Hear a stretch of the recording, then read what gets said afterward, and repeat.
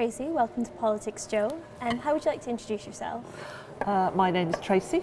I'm the Chief Crown Prosecutor for a little known arm of the Crown Prosecution Service. So I'm the Chief Crown Prosecutor for CPS Direct.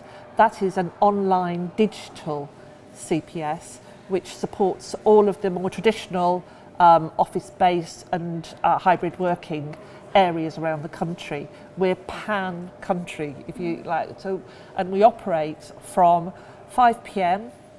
to lunchtime the following day. So if the police come to us, if the police have arrested somebody and they need a charging decision between those hours, they come to my staff. There are about 270 people who work in the direct part of the business, and we give them a charging decision. The one thing about my department that's different, or there's a number of things, is that we deal with the most serious cases going, and if you come to us and get a charge from my department, you will end up in custody the following morning. We don't deal with any cases that end up bailing people. The Crown Prosecution Service has made it clear that those that stirred up disorder online in relation to the riots won't escape prosecution. Could you explain what exactly the law says about posting and sharing material online? Okay, so obviously, if you want to post something online, we live in a democratic society, and therefore you are allowed to put your views on. But some people's views are bordering on racism. They are insulting. They are inciting people to go and commit crime. And it's at that point that the law says, I'm afraid, those are offences. And it's just as if you went outside and you stopped somebody in the street and you made a grossly offensive or racist comment to them. It's the same online. So there is that line that that you pass. And if you share online, what you're literally doing, if you think about it, is you're sort of whispering to the person in the street, you say this again. So it goes again and again and again. There is an argument that when you post the extremism that you see online, it hits more people than actually if you do it in a meeting or in an open space. So it is a bit more serious, bearing in mind the diversity and the extent of social media, as opposed to the old-fashioned standing there with a megaphone and shouting. Could we be quite specific about what sort of posts we're talking about? Because there were rumours that it might include just retweeting the location of planned far-right riots, like the list that we saw circulating earlier this week. Is that the sort of material we're talking about? Well, the material that's planning meetings. So if it just says that we're planning a meeting, you're planning a meeting. Mm-hmm. But it's about the supporting evidence that goes with that meeting. So if this is, it all depends what the meeting's for. A far-right march on its own, and march in itself and protest, is lawful. We have rules in this country that you just abide by, and there's a way of having a march. So you apply to the police, you say roughly how many people are going and what it's about, and it's expected to be peaceful. The problem comes when you have a post that's passing on information, but it's based on an illegal march, and also it's the purposes of that. So there are posts that not only advertise where something is, but they might encourage people to take weapons along with them, and at that point obviously it becomes no longer just a post. Mm-hmm. Could Elon Musk, who's been critical of the CPS, who's been sharing and tweeting a lot in relation to the riots, including a fake Telegraph article, be facing prosecution? We look at every single case independently. So that's the job of the Crown Prosecution Service as a whole, and anything that's reported to the police. So we receive our information from the police. If somebody makes an allegation to the police, they will investigate it. They will then pass it on to the Crown Prosecution Service. Either if it's in daytime, they use the usual methods. If it's a really serious case at night that they want custody in, they'll come to my department, and we will judge everything on the law and exactly applying what the words are. We have a website called cps.gov.uk. We're very open about what it is that we charge, and all of our laws, the laws that we apply, are on there. So I would encourage people that if you are interested in whether or not something applies to a set of words that are published or a set of words that somebody says, if you go on the cps.gov.uk website, you can see all of the offences under the Communications Act, the Online Safety Act and Public Order Act, and you can actually make that decision for yourself what you think that is. I think it's a useful tool for people who are interested. I mentioned that fake Telegraph article there, and I was wondering if you could speak a bit about what the laws are about amplifying misinformation. At the moment, it comes under the Online Safety Act. It's about anybody can post anything on the line. It's about what the purposes of the article is.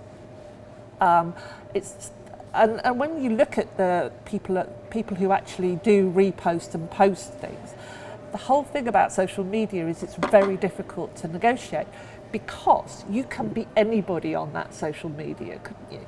People create whatever personas they want, and they can operate under that. Just having a fake article it could be about anything, is not a problem, but it's what the purposes of that article are for and what the results of that article are for. So again, it goes through the filter that we have, which is through our police for investigation, and then to us, and we will apply the law as it stands under the existing legislation to try and find it out. We know that some of the influencers and sources of misinformation are based outside of the UK. Are you able to prosecute people outside of the UK for these offences? We can. So as well as having a nighttime department, we have an international department as well. So we have liaison magistrates, liaison prosecutors around the world. There are different rules for different countries, but we have an international division, and we're operating with the various liaison magistrates around the world who are helping to identify people who are posting from abroad, and they won't actually they won't benefit from being abroad. We can prosecute you. As I say, different in different countries, so it's a case-by-case basis, but we're there. I know you've touched on this a little bit, but I was wondering if you could speak a bit further about, is there a tension between justice and the right to free speech, and how does the CPS balance those two things? So everybody has got a right to free speech. We have laws that put that in place. It is, we obviously are bound by the European Convention on Human Rights. We are required every time we make a decision that we have a box that we must investigate whether or not there is any breach of human rights, whichever article it is under there, and how that operates. So we have that in the utmost of our mind every time we make a decision. It is that moment where it becomes offensive to people, or it becomes incitement. And what we've found in the last few days is the number of cases that the police are bringing to us which are encouraging racial hatred, for instance, are increasing. Because they're being reported by people who find them offensive, who are saying that there's a race hate crime going on there. We are very, very worried about hate crime, and that can be for race, which is a lot of it at the moment, but also religion, gender, age, lots of different areas of hate crime, and so we're targeting those. So again, we've got to filter it through everybody's right for free speech. It's exactly the same as I said earlier. If you shout it out in the street, it's the same as typing it, and I do think there's a bit of a mismatch there sometimes. I wouldn't say that this is a clampdown on social media, although we have had some slight changes in the law earlier in the year with the online safety bill.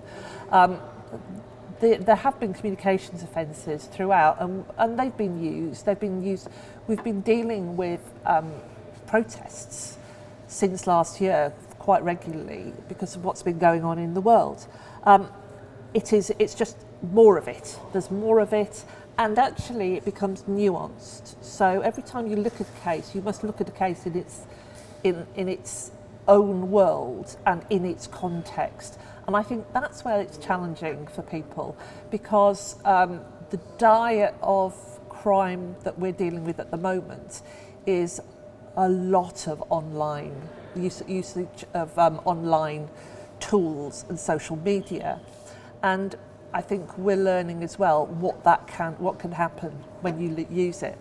It is, as I say, nuanced, and sometimes you have to sit there or you ring somebody and you say, well, this is what I think this says. What do you think that says? So you have to really apply the law very carefully, and then it will be tested. So I think it's just an extension of the laws that are around already. And as I say, context is everything in this world. You've promised that swift justice will be delivered in relation to the rioting. Can you explain how that will be made possible? Okay, so you've seen swift justice already. Hopefully you've seen television. So you've seen some people who were charged and have already been sentenced to sentences of 3 years. They were charged by my department overnight. And so yesterday, people were brought to us, or their cases were brought to us. We've charged them overnight. They appear in court today. If they appear in court today, they will be asked if they're going to plead guilty or not guilty. They will be required to enter a plea. If appropriate, we'll be asking for them to be remanded into custody, and the trials are being listed very quickly. We're working with all of our partners in HMCTS, which is the court service, and the police in order to bring things forward. We're preparing papers, doing lots of overtime to make sure they're ready so that anybody who pleads guilty today can be sentenced either today or tomorrow. How many charges have been made so far in relation to online offences, and do you expect to see many more to come? I expect to see a lot more, because it would appear that at the moment we were dealing with the actual physical charges that we all saw on the television over the weekend and the days thereafter, but now those online charges are starting to ramp up a bit. As we sit here this morning, I can't tell you exactly how many of the 159 that have so far been made are online, but I do know, having I was on duty last night, sitting with my meal in one hand and the computer on the other, watching what was going on, and at work, and those charges have started ramping up. And that's because the police have put special departments in operation. They're looking at posting on various social media sites, so people don't escape just because the physical protests seems to have died down. All of that disorder that we've seen, it's now moving on a different phase. I know you've touched on this a little bit already as well, but what is the best practice for people using social media to ensure they stay on the right side of the law? So people need to think about what they're saying. I know that people like to vent, but if you're going to vent, would you stand in the middle of your street and in a multicultural country that we have and shout that? Would you do that? If you wouldn't do that, then what you're doing by actually making those sorts of views known on social media is you're amplifying that. So I'd ask people to think very carefully. It's really good that we've got a society where we can have some good debate about the issues that are raised, but people, with social media, people can use it more to detriment if they're not careful. Tracy Easton, thank you so much for speaking with us.